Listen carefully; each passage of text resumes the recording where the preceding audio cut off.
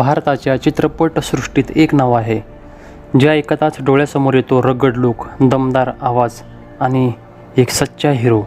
होय, ते म्हणजेच बॉलिवूडचे सदाबहार ही-मॅन धर्मेंद्र देओल. 8 डिसेंबर 1935मध्ये पंजाबच्या एका साध्या किसान कुटुंबात जन्मलेला एक मुलगा, ज्याचे स्वप्न होते मोठ्या पडद्यावर चमकण्याचे.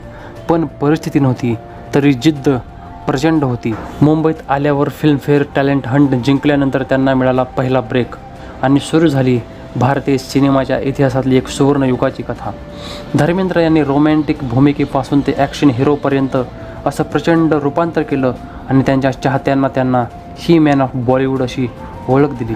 शोले, चुपके चुपके, धर्मवीर, यादों की बारात, सीता और गीता यासारख्या शेकडो सुपरहिट चित्रपटांनी त्यांना भारतातील सर्वाधिक लोकप्रिय स्टार बनवलं.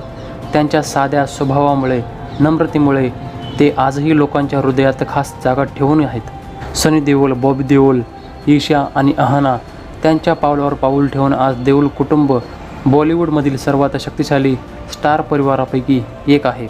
आज धर्मेंद्र यांचं निधन जरी झालेलं असलं तरी त्यांचा करिश्मा, त्यांची स्मितरेष, त्यांची एनर्जी आजही लाखो लोकांना प्रेरणा देते.